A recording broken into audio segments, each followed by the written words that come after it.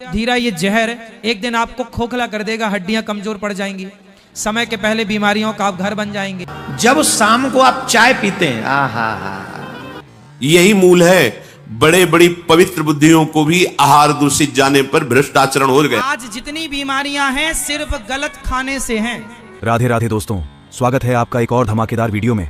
दोस्तों, आज की वीडियो में हम सबको जानने को मिलेगा चार कथावाचक के श्रीमुख से कि हम सबको चाय कैसे पीना चाहिए, या फिर चाय पीने का नुकसान क्या है, और भोजन कैसे करना चाहिए, किस प्रकार के भोजन करने से हमें ज्यादा लाभ मिलता है और किस प्रकार के भोजन करने से हमें बहुत ज्यादा नुकसान होता है और घर परिवार में दुख तकलीफ आता है।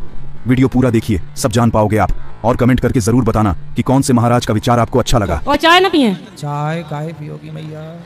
चाय पीना सही है? नहीं जी, पूछ रहे गुरुदेव आपसे। चाय क्यों नहीं पीनी चाहिए बताओ? चाय पीने के नुकसान क्या है? हमें पता नहीं है इसलिए। देखो, चाय में पत्ती होती है, चाय पत्ती।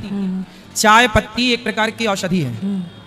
चाय पत्ती में जब आप दूध डालते हैं तो चाय पत्ती के संपर्क में जब दूध आता है तो दूध का गुण बदल जाता है और बदल करके वो पॉइजन हो जाता है, जहर बन जाता है। इसलिए आपने देखा होगा कि चाय पीने वालों को नशा होने लग जाता है। चाय नहीं मिलेगी तब तक वो बेचैन रहते हैं जी।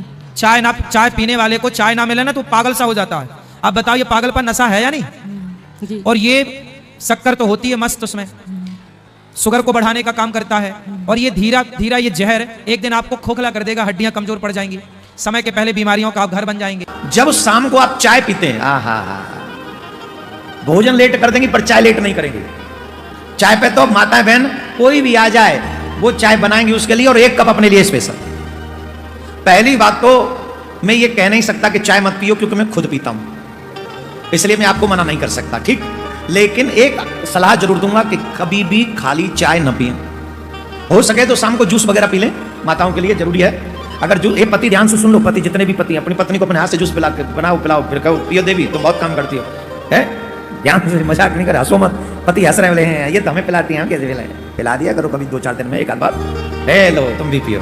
तो अगर हो सके तो जूस पिए, चाय को त्याग दें, कॉफी देख लें आप, लेकिन चाय जब पीनी हो शाम को तो कभी भी खाली चाय न पिए। भोजन है, ये जीवन का एक बहुत बड़ा अंग है।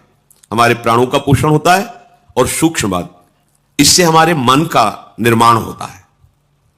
अगर हम अपवित्र भोजन, गंदे विचारों से युक्त बनाया हुआ भोजन, अधर्म के द्वारा कमाए हुए धन से भोजन, तो हमारे मन को वासना में कर देगा, मलिन कर देगा, और बुद्धि को निर्णय ठीक करने की शक्ति का अपहरण कर लेगा। अगर हम इस पद्धति से भोजन पाते तो हमारी बुद्धि प्रकाशित होगी और मन ठीक हो जाएगा। वैसे भी ग्रामीण कहावत में भी, जैसा खाए अन्न वैसा बने मन, इसका बहुत बड़ा प्रभाव पड़ता है। तो धर्म से कमाए हुए अन्न को जब हम रसोई में अमनिया करें तो उस समय विषय वार्ता, विषय चिंतन नहीं होना चाहिए। अंदर ही अंदर नाम जप करो, भगवत चिंतन करो, और विचार करो कि प्रभु को भोग लगाना है, चाहे गृहस्थ हो चाहे विरक्त। किसी की तरफ देखो मत, अपने प्रसाद की तरफ देखो, सावधानी रखो, एक एक कवल में भगवत नाम जपो, राधा राधा राधा। उससे क्या होगा, आगे कह रहे हैं, क्षमस तारणाय वही, अपने को तारने की और दूसरे को भी तारने की बुद्धि उसके अंदर प्रकट हो जाती है। हम लोगों की आज जो बुद्धि मलिन है ना, मनमानी आचरण करने का आदेश कर रही है, उसका कारण यही है। बहुत तरह से हम अपनी बुद्धि को अपवित्र करते रहते हैं। आहार पूरे जीवन का आधार है। भोजन ठीक है तो सब ठीक हो जाएगा। भोजन धर्म युक्त कमाए हुए धन से, भगवत चिंतन करते हुए, रसोई में अमनिया करके, भगवत अर्पित करके, प्रसाद स्वरूप मौन धारण करते हुए, नाम जप करते हुए प्रसाद को एक हाथ से पाना। इससे क्या होगा, कह रहे हैं, सात समस्त तारणाए वही, वो अपने को भी तारने में समर्थ है और दूसरे को भी तारने में समर्थ हो जाएगा। क्या होगा, उसकी बुद्धि भगवत परायण हो जाएगी। और इसके विपरीत जूता पहने हैं, अब जैसे आप समय देखो कलयुग का, आप जैसे भोजनालय में कहीं, जिन्हें होटल आदि कहते हैं, वहां पाने गए, आप जूता थोड़ी उतारते हैं, हाथ थोड़ी धोते हैं, कुल्ला थोड़ी करते हैं, पशुवत आचरण, ऐसे ही जूता पहने हुए, ऐसे ही क्या कैसा बना हुआ है, कोई निर्णय नहीं। तो बुद्धि कहां जा रही है? देखो ना, केवल धर्माचरण की तरफ बुद्धि जा रही। शास्त्र युक्त, इंद्रियां शांत, भगवत चिंतन परायण, धर्मयुक्त चेष्टाएं, ये सब केवल कहने में रह जाती, जीवन में आचरण में नहीं आ पाती, क्योंकि आहार विहार ही ठीक नहीं है। यही मूल है। बड़े बड़ी पवित्र बुद्धियों को भी आहार दूषित जाने पर भ्रष्ट आचरण हो गए। आज जितनी बीमारियां हैं सिर्फ गलत खाने से हैं। यदि सब लोग सही सही खाएं और परफेक्ट खाएं तो कभी बीमार नहीं पड़ेंगे। अब जैसे आप चाय पीते हैं, क्या चाय पीने योग्य है? मैया आप तो सिरे ला रही थी, हाँ तो पीती हो ना, एक लोटा पीती। हमारी माताएं तो एक एक लोटा चाय, आदमी पीता है जरा सी कप भर पीता है, कुछ लोग तो एक एक लोटा चाय पी जाते हैं। क्यों मैया आप चाय पीती हो ना, एक लोटा, एक गिलास, एक कप, क्यों पीती हो? नहीं रहा जाता? चाय क्यों पीना है मेरी मां?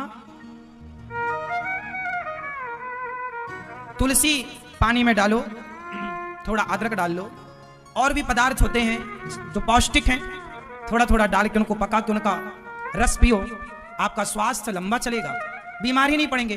कोरोना काल में डॉक्टरों ने क्या बताया? क्या पियो? जोर से काढ़ा, इम्यूनिटी पावर को स्ट्रांग करने के लिए क्या है, लेकिन आप क्या पीते हैं? चाय। कोरोना चला गया, फिर आप चाय पे आ गए। हमें कहा 4 तरह का भोजन बेकार होता है। पहले नंबर का भोजन, जिस भोजन की थाली को कोई लांग कर चले गया, वो नाली में पड़े हुए कीचड़ के बराबर होता है। ऐसा भोजन नहीं करना चाहिए जो कोई लांग कर चले गया। दूसरा भोजन, जिस भोजन की थाली में ठोकर लग जाए, वो भ्रष्टा के बराबर, गंदगी के बराबर होता है। जिसमें ठोकर लग गई और खा लिया, वो भ्रष्टा के बराबर है। तीसरे नंबर का भोजन, जिस भोजन की थाली में बाल पड़ा हो, केश पड़ा हो, वो दरिद्रता प्रदान करता है। और चौथे नंबर का भोजन, पति और पत्नी एक ही थाली में साथ बैठकर भोजन कर रहे हो, तो वो मदिरा के बराबर होता है। ये 4 तरह का भोजन। बहुत बहुत धन्यवाद सारे महाराज जी को इतना सुंदर